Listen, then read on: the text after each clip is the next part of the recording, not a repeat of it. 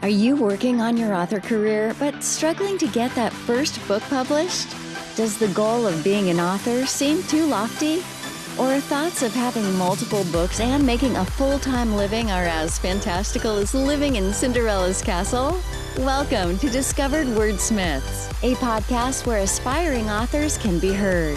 Join Stephen Schneider as he finds and talks to authors you may not know, but authors that have gotten their foot on the author career path. Hear what they've done to get there and where they want to go now. Settle back. It's time for a bit of inspiration and advice. Come listen to today's Discovered Wordsmith. Welcome to another episode of Discovered Wordsmiths. Today I've got Jeff Johnson. Jeff wrote a book called Boy Lessons, which is interesting because last week we had Doug Neusta on talking about man lessons. So these two books are very similar, and it was kind of fun talking to both of them separately. If you like these type of books, the nonfiction books, the ones with self-help, the lessons in life, let me know. If we need more of these type of books on here, I'd love to interview more authors like this. But please, any of the books you listen to, the podcast episodes you listen to, go check out the books.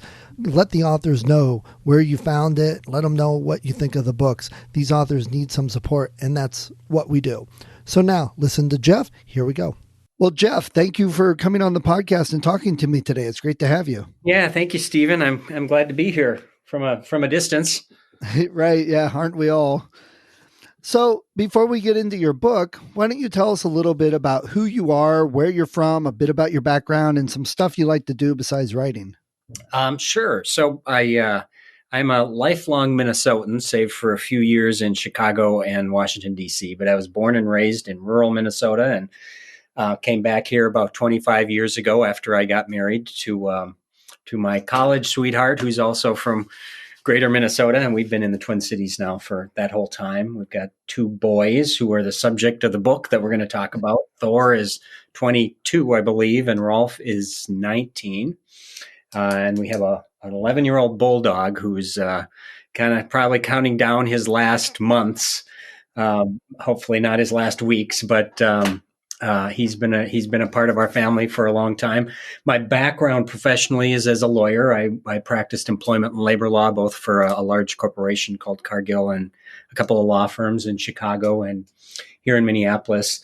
But I stopped practicing law probably 20 years ago and entered the world of politics. So I served a few terms in the Minnesota House of Representatives, and now I just finished my last term on the Hennepin County Board, which is the largest county in the upper Midwest, and the county seat is Minneapolis. And ran for governor a couple times here in Minnesota, was the Republican candidate twice, and that wasn't to be, but an unbelievably awesome experience despite Election Day. And now I've moved on and started just a few weeks ago as the CEO of a nonprofit called Can Do Canines, and we raise and train service dogs for people with disabilities, for people who have mobility issues or hearing issues or diabetes or childhood autism or seizures. And it's been a wonderful change, and I'm just really excited about that. Outside of writing, and this is the only book I've ever written, so I don't do a ton of writing, but I love to, most of my life, the past 20 years, has been doing kid stuff with my boys, whether it's coaching or work at church with the kids program or the youth ministry program, and tutoring kids. And I also like to golf. I'm not very good at it, but I do it every once in a while. I run to clear my mind, jog to clear my mind, and I like to read.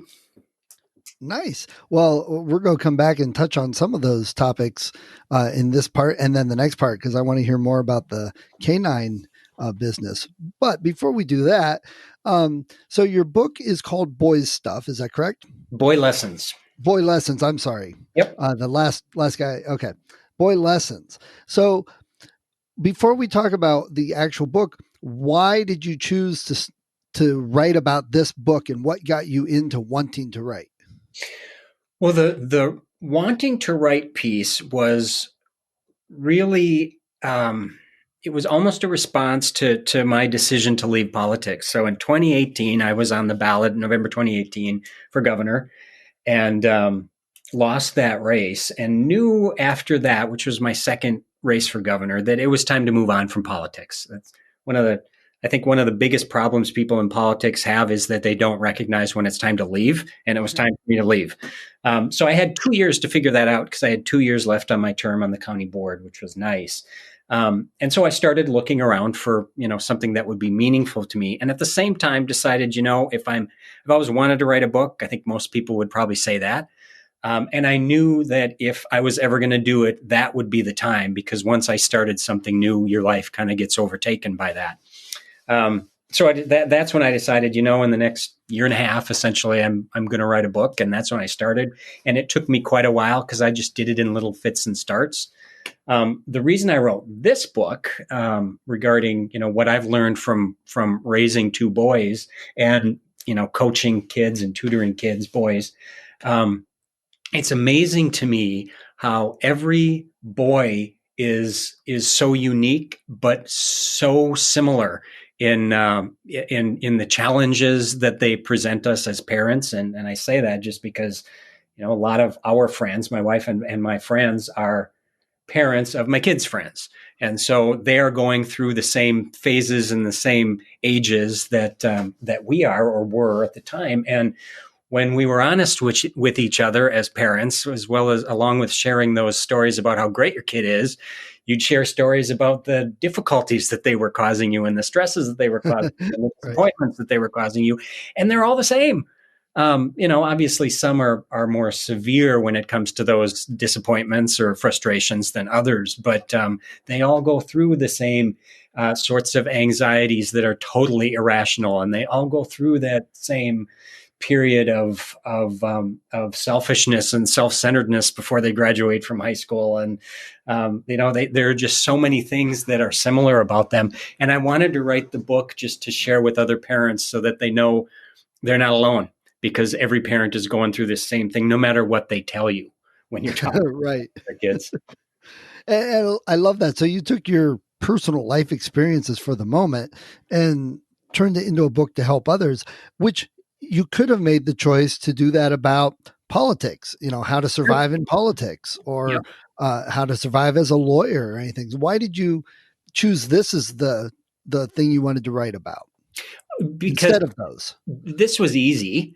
First of all, a whole bunch of stories, and they're fun stories, and that would be casual, and I just thought it would be much more. It was more interesting to me, and I think it applies to so many more people. I mean, you write a book about what you learned about politics. Well, that's probably interesting to people who want to go into politics, but a lot of the world wouldn't really care about that book. And I thought this applies to, about half the parents in the world, because about half the parents have boys. And actually I'm learning from people who've read the book that a lot of the stories are just as accurate about girls, although there are a few things that are pretty unique. I love that, because you may have heard of Chris Fox. He's one of the writing gurus that a lot of people talk about. Yep. And he has a book called Right to Market. And that's really essentially what you did, is you looked at what you could write about and chose the one that had the better market, the bigger market, the market that you felt more comfortable talking to. Yeah, no, I don't know that I did that on purpose, but you're right. There's truth to that. And I think a lot of people take the whole right to market as, I got to figure out what people are going to pay for and read, which you kind of did, but it wasn't solely from the fact of, this is a big market that needs addressed. It just made sense for you. So I like that. I'm going to make sure I point this out to people when that topic comes up again. Well, it's interesting too, because, when I decided I'm going to write a book about my boys, and I wanted to keep it simple so that they're not long chapters. So these are just all short little lessons. And the most obvious way to go about this was, what are the 50 things that every dad should teach his boys? And I went online, and there are 10,000 books that say that, here are the things that every boy should know and what every dad should teach his son. So even though there's a lot of similarity, I decided to take a slightly different tack and say, these are the things that I learned from my kids. Not because they're brilliant and they shared things from their brain to mine, but just because the actual activity of being a parent, being a dad of boys, just teaches you a lot and changes you a lot. And in my case, it made me better, I think, as a person and as a man, being able to raise kids, even though I screwed up plenty. So is the book focused for parents or for the boy themselves? It's for the parents. Yeah, it is. Okay. And I state right in the introduction, I don't pretend to have been some super dad, because I'm not. There are a lot of the lessons that I learned in here that I learned because I messed up as a dad, or that I learned too late. There are several things in here I say, God, I wish I had done that as a dad. That would have been great. And I didn't. Now maybe there's some benefit to another dad who's got little kids to say, well, maybe I should do it that way. Right. And I, as a parent that has kids that are older, yes, I agree. That probably would have been great to have somebody walk into the waiting room and hand it to me. Right. Say, read this. So give us an example. What are some of the stories and some of the things you talk to parents about in the book? The very first one that comes to mind, and this applies to, I maybe didn't do it just right as a dad, but especially for boys, sometimes they're not real emotive. They don't share a lot of details about their lives. And both of our boys were chatterboxes as little kids. And then, I don't know, maybe 8th grade or so, early to mid-teen years, they weren't anymore. And our younger boy is very outgoing, and he really kind of shut down to a certain extent. It was difficult getting information from him. And our older boy, who was an introvert, just completely clammed up. So we never, lots of yeah and no when you'd ask an open-ended question. But the one thing I learned was that every once in a while they decided that they just wanted to download information from their day. And usually it was after I had waited up for them to come home and desperately wanted to go to bed. But all of a sudden they decided they wanted to share every little detail of their day. And it was literally the last thing I wanted to do. But I learned, and my wife was much better about this than I was, that, if you're busy working or it's time to go to bed and they all of a sudden want to share things with you, even things that aren't all that interesting, every little detail of their basketball practice, it's time to set things aside and just sit and listen, because you may never get that information from them otherwise. And that's where I think I get better as a dad. And not only that, but you only got a couple chances really to do that. Right. No, that's exactly right. Another lesson that it's kind of special to me is one of the lessons is to enjoy the little moments with them that maybe don't seem like a big deal to you, because they might be to them. And the example I give of that is our younger son was, I don't know, maybe he was 10 or 12, and he was in Cub Scouts. And we went on a little Cub Scout camping trip together, the two of us, with other dads and their sons. And it was miserable. It was 100 degrees. It was humid. The mosquitoes were everywhere. We had to pitch our tent on an area that was all rocky and just terribly uncomfortable. And it wasn't a great experience. And so that night we put up our tent, and we got in our tent and ready to go to bed. And some of the other dads around us were already snoring so loud that I knew I was not going to sleep at all that night. But we turned on the flashlight and we're kind of talking, and he asked me the question, something to the effect of, Dad, tell me the 3 greatest things that have ever happened to you in your life.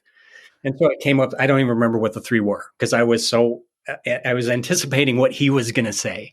And so I told him, and then I said, what are your 3? And one of them was, I think, the first time he rode a real scary roller coaster. And another one was, I don't remember what the second one was. It had to do with a trip we took. And the third one was, he said, this right now, just sitting here in this tent and talking to you, that's one of the three greatest things that's ever happened to me. And it just made me recognize that you got to appreciate those things that maybe aren't all that pleasant for you, or maybe don't seem very important, because it might be one of the most important memories your kid has. I think that's really great. And I think it's also great that you took all those lessons and wanted to put them into a book. Yeah, no, So, and really, it's just a whole bunch of stories about, the the the joys and the anxieties of being a parent, especially a parent of a boy.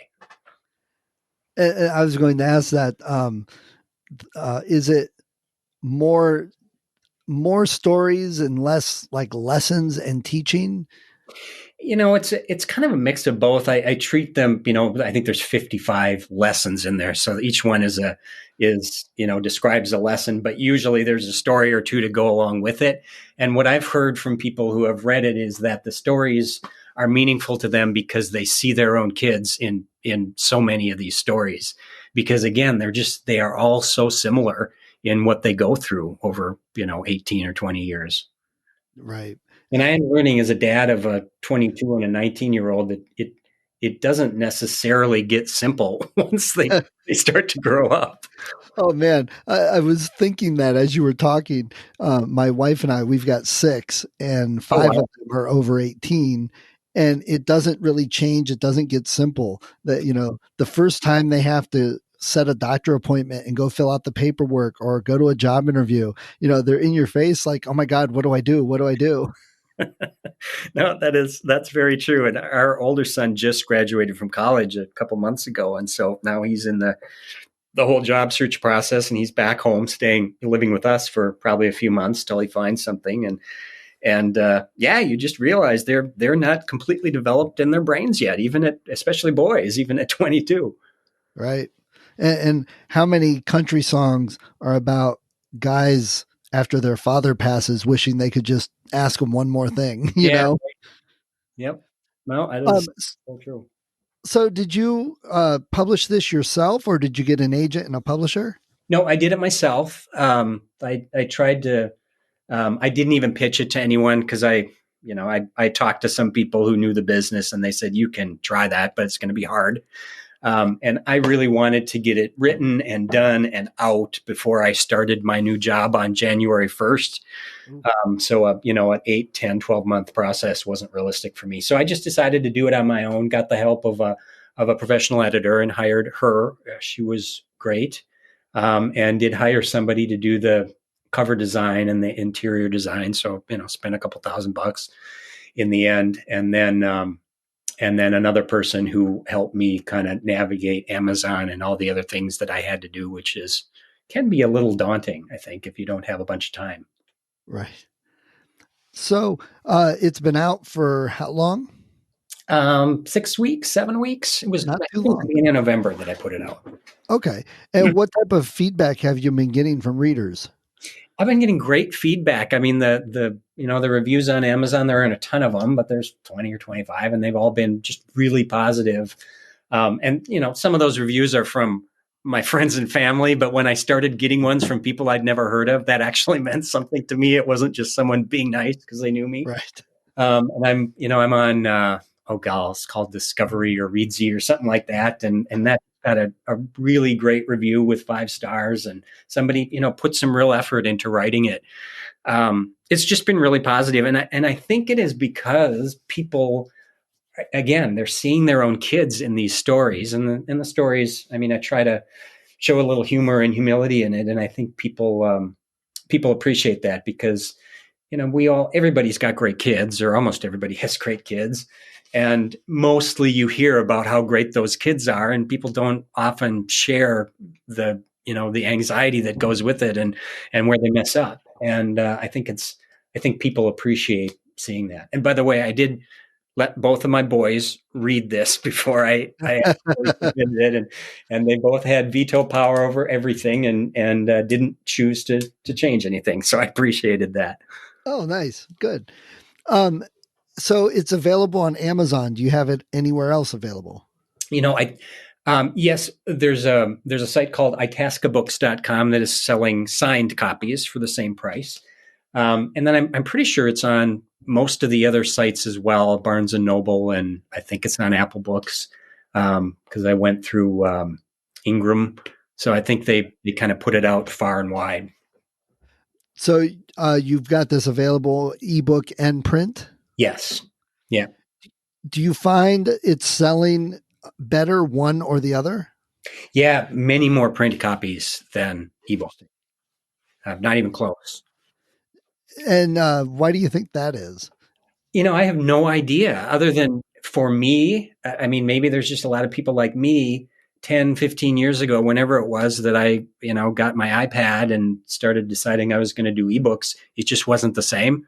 And now I do very few ebooks and I just prefer to have a paper copy in my hand. So I don't know if that's, if that's it or if the topic has anything to do with that, whether it's just all books are that way, but I'd say it's at least 10-1 paper. Well, actually, I was placing a bet with myself that you were selling more print copies. Really? A lot of self-help and seem to sell more print, at least as what I have seen. And things for kids, whether it's for kids or a nonfiction parenting type book, they seem to be more print. So That's interesting. Yeah, no, that's definitely the case here. And it's a short and small book, so it's easy for people to, to stick in a folder or a backpack or a suit briefcase or something like that. have you thought of trying to do an audiobook? I thought about a little bit and talked to a friend who was in the publishing business, and he said, you can do that, but he didn't recommend it because it probably wouldn't be the sort of book that a lot of people would want to listen to. They'd actually want to read it and maybe read it again. So I haven't. I don't know if you have any advice there. Well, I know audiobooks are picking up, and I know a lot of people like to listen to audiobooks. I don't know. It's just something maybe to think about. You've got a very pleasant voice. You could even try and record it yourself and see what happens. Yeah, no, I guess I hadn't really given. Once he said, just get the thing out and don't worry about it," I haven't really given it a second thought. But it'd be kind of fun to do. Yeah. So do you have any plans for another book? I don't. I am. No, I don't. I've got ideas for other books, but I'm pretty sure in the short term and probably the medium term for the next several years, I'm going to be really focused on my new venture here, and just probably won't be able to or won't choose to put the time into that. But maybe 10 years down the road or when I retire, it'd be fun to do something again. Yeah. Because there's also lots of other things like an actual like workbook, which goes hand in hand and has exercises or places for parents to write down notes on what they did and things like that. It's just the possibilities of doing this in many other ways independently is pretty staggering sometimes. Yeah, I hadn't given that any thought of, kind of a little more interactive, something else to go with this book as opposed to just starting from scratch with something different. And that would be, that would be kind of fun. I think it would be, if I would put the time into it, it could be very useful, I think, for other parents, maybe down the road. Maybe that'd be interesting to hear later if you've done anything more and what happened with it. Yeah, no, absolutely. I'll give that So, so Jeff, do you have any favorite books and authors that you've read throughout your life? I do. There is, oh God, now I can't recall the name of the author, but What It Takes is a book that's a political book that I have read, more than once. There's a book called Abraham that's the most recent book that I've read that, I thoroughly have enjoyed. I tend to be a nonfiction, reader, so I love biographies and just read or just probably halfway through a nonfiction book about Dodge City, Kansas, and I apologize that I can't remember the names of the authors of these books, but it's essentially a book about that cow town that turned into the Wild West essentially, and I'm thoroughly enjoying that. So most of my reading time is with nonfiction and history and biography. Okay. Well, that's I'll have to look up some of those books and link them in the show notes. Yeah, that'd be great. They're good. And where you live, do you have a local bookstore that you like to go to? Not just kind of a mom and pop local bookstore. In fact, I don't know that in the suburb that I'm in, I don't know that we actually have one, to be honest. We've got, there was a Barnes and Noble at the mall. But most of my books I have ordered online for the past several years now. And I usually try to have 2 or 3 sitting by the bed at once and just read them all at the same time in different chunks. Okay. Well, before we close this part of the podcast, if there's someone listening and they're debating whether to buy your book or not, what would you tell them a reason that they should go get your book? I will tell them it's a very quick and fun read. And if you are a parent, particularly a parent of a boy or maybe a grandparent of a boy, you will appreciate the stories because they'll be familiar to you, and you might learn something about doing what you do even better. Great. All right, Jeff. Well, I appreciate you taking some time to talk to us about the book. And for everyone that's interested, we're going to have a second half of the podcast where we talk about the life transitions and writing a book. So thank you very much, Jeff. Yeah, thank you, Stephen. Thank you for listening to Discovered Wordsmiths. Come back next week and listen to another author discuss the road they've traveled, and maybe, sometime in the near future, it might be you.